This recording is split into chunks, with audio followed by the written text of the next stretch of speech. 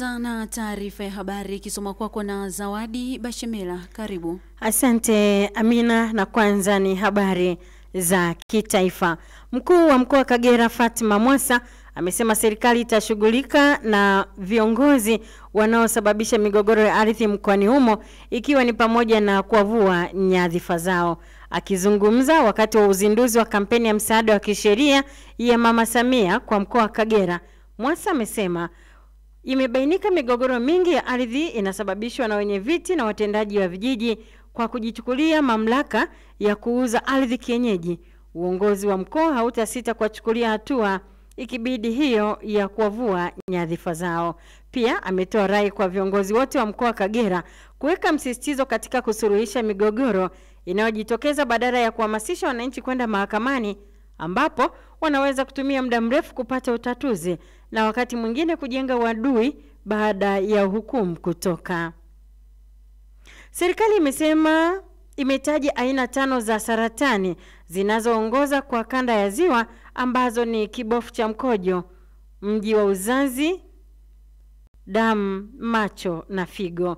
Naibu Waziri wa Afya Dr. Godwin Mollel ameliambia bunge leo Jumatatu wakati akijibu swali la msingi la mbunge wa viti maalum Kabula Shitobela aliyeuliza lini serikali itatoa majibu ya tafiti zilizofanywa kanda ya Ziwa ili kubaini visababishi vya saratani iliyokithiri. Aidha, Dr. Mollel amesema serikali imefanya tafiti ya kina nchi nzima na kusaidia kutambua kuwa ni saratani zipi zinaongoza katika kanda ya Ziwa. Wataalamu wamekusanya sampuli za damu 9,600 za watu ambao hawana saratani ili kulinganisha sampuli za damu za wenye saratani. Utafiti huu utasaidia kubaini chanzo cha saratani hizo. Hivyo kwa sasa bado utafiti unaendelea na visababishi vinavyosemwa bado ni nadharia tu kutokana na shughuli za kijamii katika maeneo husika. Hadi sasa mpango wa kudhibiti ongezeko umejikita katika kutoa elimu ya afya kwa viashiria vinavyodhaniwa pamoja na kuzingatia mkakati wa kitaifa wenye maeneo 7 yaliyoainishwa ili kudhibiti viashiria vya saratani. Wazazi na walezi mkoani Kigoma wametakiwa kuwaruhusu vijana wao ili wahudhurie mafunzo ya Jeshi la Kujenga Taifa ili waweze kupata stadi mbalimbali, ikiwa ni pamoja na kujifunza uzalendo wa taifa. Hayo yameelezwa na mkuu wa Jeshi la Kujenga Taifa ambaye pia ni kaimu mkuu wa tawi la utawala Jeshi la Kujenga Taifa, Kanali Juma Isa Mrai, wakati wa kufunga mafunzo ya awali ya kijeshi kwa vijana wa operation miaka 60 ya muungano katika kikosi cha 825 Mtabira.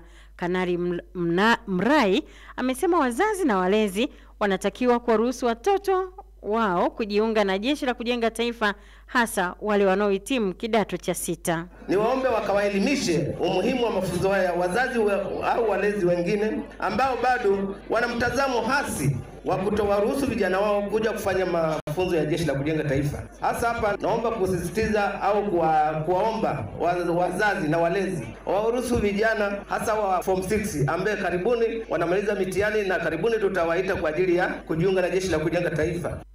Baadhi ya wazazi ambao watoto wao wamehitimu wamesema wako tayari kuwashauri wazazi na walezi wengine ili wawaruhusu watoto kuhudhuria mafunzo hayo, kwani yana manufaa makubwa kwa vijana.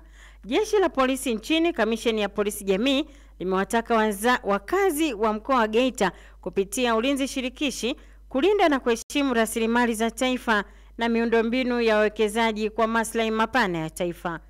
Ofisa wa kamisheni ya polisi jamii, kamishina msaidizi wa polisi ACP Elisante Ulomi, ametoa maelekezo hayo katika mkutano wa hadhara na wazazi wa mtaa wa Nyakabale katika halmashauri ya manispaa ya Geita.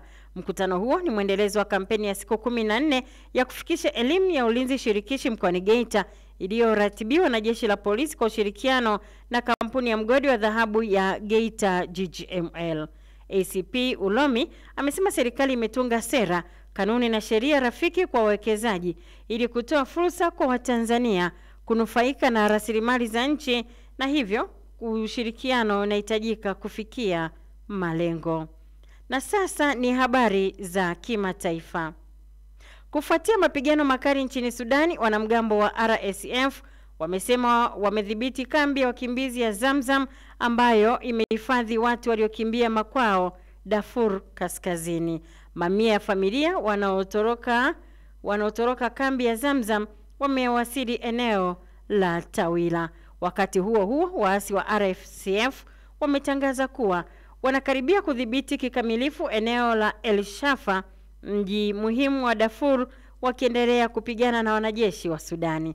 Raia wameliambia shirika la habari la BBC kuwa mashambulizi mabaya kwenye kambi inayohifadhi mamia kwa maelfu ya watu waliokimbia vita vya wenyewe kwa wenyewe nchini Sudani yanaendelea siku ya 3.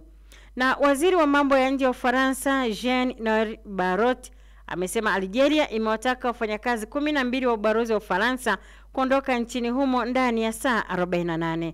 Barrot ameongeza kuwa hatua hiyo inahusishwa na kufunguliwa mashtaka dhidi ya Waalgeria 3 nchini Ufaransa siku ya Ijumaa, mmoja wao akiwa ni afisa wa ubalozi.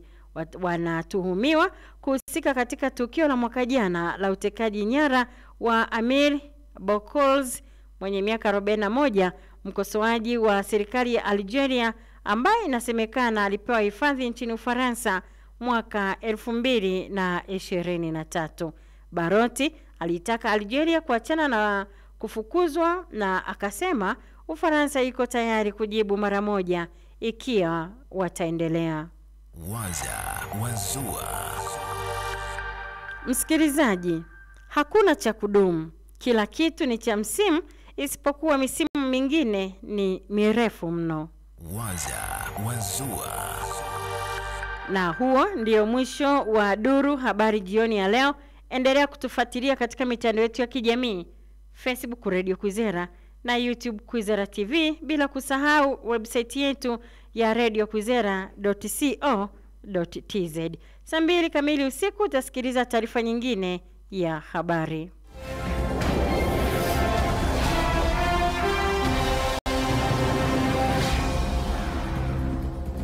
Taarifa ya habari imesomwa kwako na Zawadi Bashemela, na unaendelea kusikiliza makala hii ya Duru Zetu Alasiri kutoka Radio Kwizera FM, na kukumbusha msikilizaji kuendelea kutembelea kurasa zetu za Instagram, TikTok na X @Radio Kwizera FM na YouTube @Kwizera TV. Pia unaweza kutoa maoni yako ukichangia taarifa kupitia nambari yetu ya 0692 573615 na ujumbe wako tutausoma hapo baadaye. Unaendelea kusikiliza Duru Zetu Alasiri, habari kuu leo hii.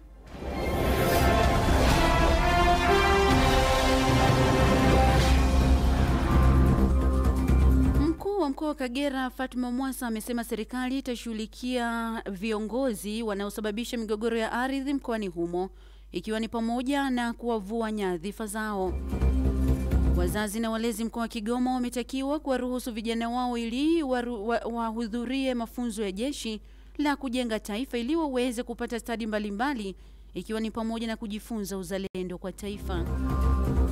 Na wanamgambo wa Rapid Support Force nchini Sudani wamesema wamedhibiti kambi ya wakimbizi ya Zamzam ambayo imehifadhi watu waliokimbia makwao Darfur Kaskazini.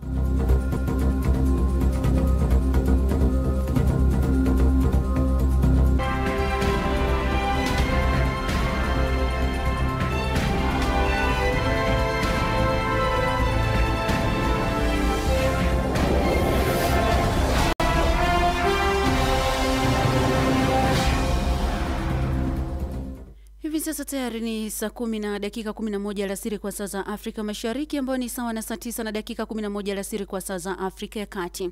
Kama ndio kwanza unaungana nasi, hii ni Radio Kwizera FM kikutangazia moja kwa moja kutoka mjini Ngara, Kagera, nchini Tanzania. Na hivi sasa msikilizaji, ni wasaa wa uchambuzi yakinifu wa habari zetu. Kiongozi wa upinzani nchini Uganda na mwanamuziki wa zamani Bobi Wine ametangaza nia yake ya kugombea urais katika uchaguzi wa mwaka 2026, akionyesha kwamba maisha na uhuru wake viko chini ya tishio mara kwa mara kutoka kwa utawala wa Rais Yoweri Museveni. Licha ya historia ya kufungwa gerezani, kushambuliwa kimwili na vitisho vya kuuawa, Wine amesema amedhamiria kupinga kile anachoeleza kama miongo kadhaa ya ukandamizaji. Yoweri Museveni ambaye sasa ana umri wa miaka 80 ametawala Uganda tangu mwaka 1986 na kumfanya kuwa mmoja wa viongozi waliokaa madarakani muda mrefu zaidi duniani, na tayari amethibitisha nia yake ya kuwania muhula wa 7 madarakani katika uchaguzi unaotarajiwa kufanyika mwezi Januari mwaka 2026. Katika kulitazama hili, nimezungumza na mchambuzi wa masuala ya kisiasa Bwana Faida Potea, ambapo nimeanza kwa kumuuliza kwa nini Bobi Wine ameonekana kuendelea kushikilia nia ya kugombea urais licha ya vitisho, ukandamizaji na historia ya ghasia dhidi yake.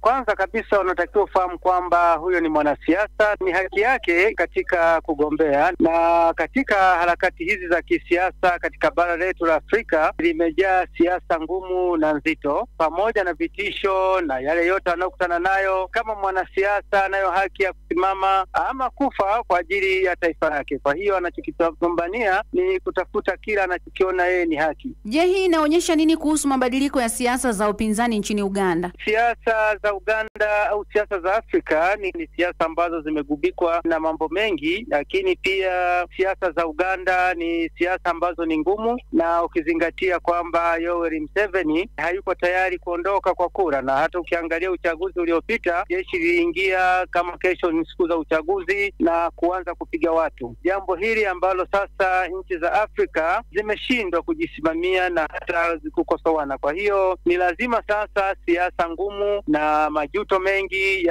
yaweze kupita ili kuweza kufika katika demokrasia ya kweli. Unadhani Bobi Wine ana mikakati mipya ya kisiasa tofauti na ile aliyoitumia mwaka 2021 ili kuhakikisha anakuwa na nafasi kubwa zaidi ya ushindi kwa mwaka 2026? Kwanza tuseme mikakati mipya ni kuona ni wapi ambapo alikwama, ni wapi ambapo palimtia uzito. Hicho kitu ambacho nafikiri sasa anaangalia ni wapi kulikuwa na makosa, lakini bado mikakati hiyo haiwezi kuzaa matunda kwa sababu watawala ambao wako madarakani ndio wenye majeshi, ndio wenye sheria zote. Leo hii unaona kama mpinzani Besigye bado akiendelea kusota rumande pamoja na kukizi vigezo vyote vya kuweza kupewa dhamana, lakini jaji amekataa. Lakini pia tumeona Bobi Wine akikumbana na zahama za kubomolewa hoteli zake, wakati mwingine kuadhibiwa. Kwa hiyo bado siasa za Afrika ni ngumu, na Bobi Wine anahesabika kama mzawa na Museveni anaonekana kama mgeni katika taifa la Uganda. Kwa hiyo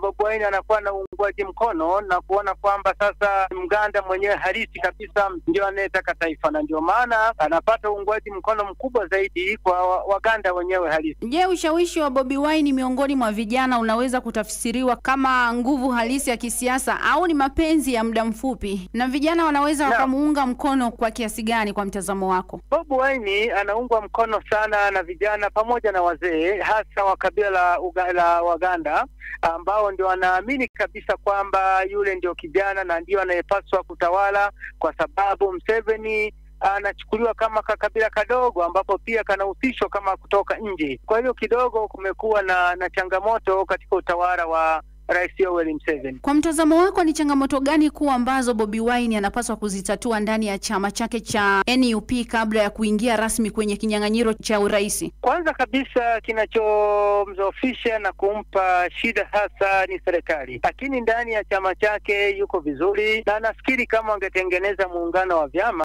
kungeweza kuleta nguvu kubwa zaidi kwa Bobi Wine. Hili sasa Museveni ameshaliona, na ndio maana ameanza kutenzi nguvu za ili kuhakikisha kwamba wale watakaoweza kumunga mkono hawapatikani ambao ni wenye nguvu. Na msikilizaji huyu ambaye tumetoka kumsikiliza ni mchambuzi wa masuala ya kisiasa Bwana Faida Potea. Wakati nikizungumza naye, tunasonga mbele na uchambuzi wa kinifu habari zetu. Rais wa Marekani Donald Trump amepuzilia mbali madai kwamba usitishaji na utekelezaji wa ushuru mpya ulilenga kuzinusuru baadhi ya nchi. Rais Trump amesema kuwa hakuna taifa lililopona mchakato wa ushuru wa bidhaa zinazoingizwa nchini Marekani kutoka mataifa mengine duniani.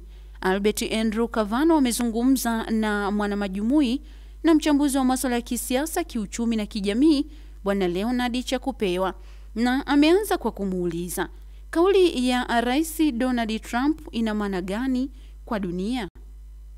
Alichozungumza Rais Donald Trump ni sahihi, kwa sababu dunia imegawika katika makundi. Ziko nchi ambazo zina uzalishaji wa malighafi, kwa mfano nchi nyingi za Kiafrika, lakini hazina teknolojia ya kubadilisha malighafi hizo kuwa bidhaa. Lakini pia yako mataifa kama haya ulimwengu wa kwanza, kwa maana ya nchi za magharibi na baadhi ya zile za Asia kama Japani, China na wengineo, wana teknolojia ya uzalishaji wa bidhaa. Kwa hiyo vita hii ya kodi inakuja kumwathiri kila mmoja katika mtazamo kwamba wale wanaozalisha malighafi wataathiriwa, kwa maana kwamba watakutana na panga la kodi hizo. Lakini vivyo hivyo pia kwa wazalishaji wa bidhaa watajikuta, kwa sababu wanapata malighafi kwa bei ya juu, basi gharama za uzalishaji wa bidhaa zinakuwa kubwa, na kwa maana hiyo wanapopeleka bidhaa katika soko wanalazimika kuuza kwa bei ya juu. Tutajikuta hatuwezi kununua bidhaa, na kwa maana hiyo uchumi utatikisika. Marekani anapozungumzia swala la ushuru wa ngazi ya juu kwa asilimia kubwa, anahitaja China, na China ndo iko midomoni mwa Marekani ikitajwa, huku wakionekana kama wapinzani wa masuala ya uzalishaji kiviwanda. Kwa nini China ndo inatajwa zaidi kuliko mataifa mengine duniani kuathiriwa na ushuru huu? China inatajwa kama taifa tishio kwa Marekani kwa sababu ni katika kipindi cha takribani miaka chini ya 35 haikuwa tofauti na mataifa mengi ya Kiafrika kiuchumi, na kuwa hapa ilipo kibiashara, kijeshi, diplomasia na kadhalika katika mataifa ya ulimwengu. Kuanzia miaka ya 78 kuja mbele ndipo China imeanza kunyanyuka, tangu kipindi cha Rais Deng Xiaoping baada ya kifo cha aliyekuwa mwasisi wa taifa hilo mwenyekiti Mao Tse-tung. Sasa Marekani wakati huo ndiye aliyekuwa anavuma katika duru za uchumi. Kwa hiyo leo hii Marekani anatishiwa ile status yake kiuchumi, kijeshi na kadhalika na taifa hilo, kwa sababu si kitu alichokitegemea. Asante. Matamko ambayo ametolewa na Marekani kuhusu swala la tozo ama ushuru limeshitua dunia, ikiwemo Umoja wa Ulaya ambao wamekaa na kujadiliana namna kuweza kukabiliana na ushuru huu wa Marekani. Halikadhalika Afrika ni moja ya mabara ambayo ameshtuka pia. Pengine dunia ina nafasi gani sasa kujifunza kwamba tusitegemee Marekani, tusimtegemee China, tujitegemee wenyewe kama ukanda? Ni kile ambacho alizungumza waziri wa mambo ya nje. Marekani sio soko pekee la bidhaa. Marekani sio mahali pekee pa kutegemea. Dunia ni kubwa sana. Tutafute mazingira ambayo kwanza tunaweza tukahamasisha vyanzo vya ndani ili kuweza kuwa na kiasi kikubwa au uwezo wa kujitegemea kiuchumi. Lakini pili, tutafute masoko mengine zaidi na ushawishi katika maeneo mengine nje ya Marekani, kwa sababu ni kama hivi kwamba sasa kuna tishio hili ambalo linaendelea, jambo ambalo sasa linaweza kuleta mushkeli au tashwishi katika uchumi na biashara kwa ujumla, lakini pia hata diplomasia kwa siku zijazo katika mataifa ya ulimwengu. Na msikilizaji, huyo ni mwanamajumui na mchambuzi wa masuala ya kisiasa, kiuchumi na kijamii, Bwana Leonard Chakupewa, wakati akizungumza na Albert Andrew Kavano.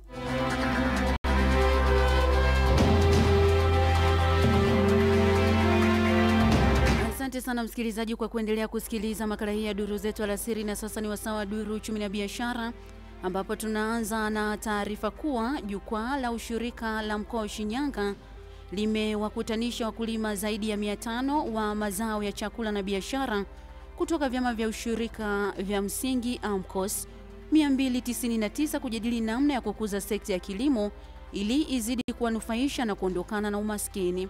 Aidha, wakulima hao ni kutoka katika vyama vya msingi ambavyo ni wanachama wa vyama vikuu viwili vya ushirika mkoa wa Shinyanga, Shireku pamoja na Kaku wilaya ya Kahama, na kusisitizwa kuzalisha mazao yao kwa tija.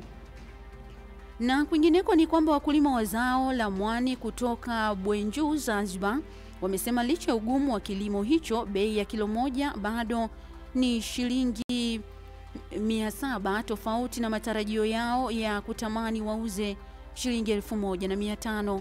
Wakulima wamesema hali hiyo inawakatisha tamaa kwa sababu ya ugumu wa kazi yenyewe na gharama kubwa wanazoingia, huku faida ikipatikana kidogo, na kuiomba serikali kusaidia kuongeza thamani ya zao hilo ili nao wanufaike kama sehemu ya sekta ya uchumi wa buluu.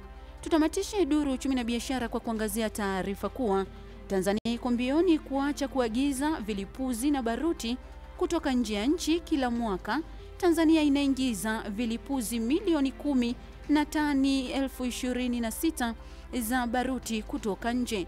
Waziri wa madini Anthony Mavunde amesema nchi iko mbioni kuachana na uingizwaji wa bidhaa hiyo kutoka nje ya nchi kutokana na uzalishaji wa zana hizo muhimu katika sekta ya madini. Ni hayo tu katika duru uchumi na biashara. Mimi ni Amina Deogratias Semagogwa.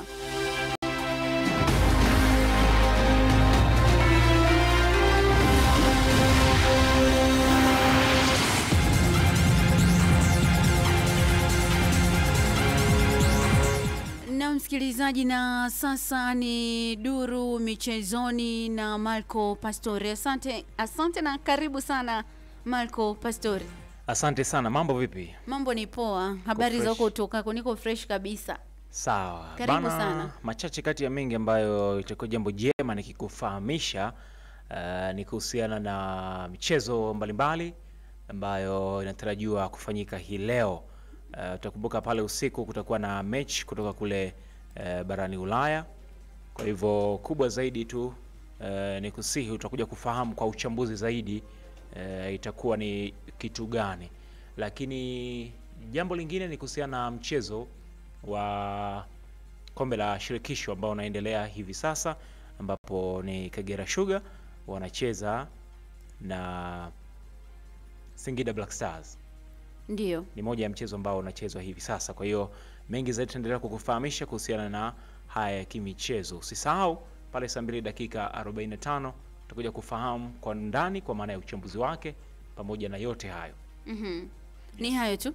Ni hayo tu kwa leo. Asante sana, tukutane baadaye katika kipindi cha Sports Corner. Bila shaka kutakuwa na mambo mengi ambayo yameandaliwa kwa ajili ya msikilizaji. Sawa? Hakika. Asante sana.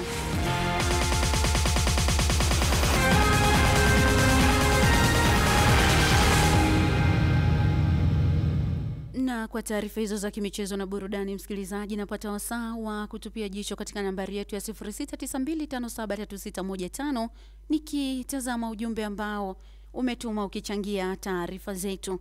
Anaitwa David Wilson atoka Kiebi Tembengote Mleba. Anasema huo mkoa wa Kigoma wazazi wapewe fursa watoto wenu ili waende kujifunza jeshi la kujenga taifa ili baadaye nanyi mpate maendeleo kupitia watoto wenu. Joshua Sylvester anatoka Nyamawa anasema tuko pamoja mpaka tamati. Kwa jina anaitwa Evelyn Deogratias kutoka Bihata Kiebi Tembe, anasema asante sana Radio Kwizera FM kwa kutujuza taarifa hizo. Anaitwa Velina Kayaga wa Karagwe, anasema la kwa sasa yupo Kilolo Muleba. Asante sana Radio Kwizera FM kwa kutujuza mengi ndani ya duru zetu alasiri. Shukuru Elias kutoka Bulengo Rwekalemela anasema nashukuru mkuu wa mkoa wa Kagera kwa kuomba wazazi na walezi, sio Kagera ni Kigoma, yeye kaandika Kagera, wazazi na walezi kwa ruhusu watoto kujiunga na jeshi la kujenga taifa. Asante sana kwa ujumbe wako. Laujeni Teonesi anatoka Kumgamba Ngara anasema pongezi sana kwa Radio Kwizera FM kwa habari hizo ambazo mnatuletea ndani ya kipindi cha duru zetu alasiri.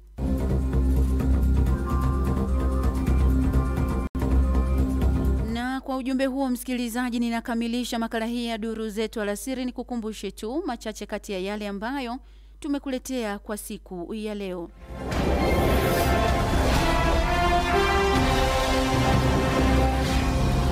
Mkuu wa mkoa wa Kagera Fatuma Mwasa amesema serikali itashughulika na viongozi wanaosababisha migogoro ya ardhi mkoani humo, ikiwa ni pamoja na kuwavua nyadhifa zao.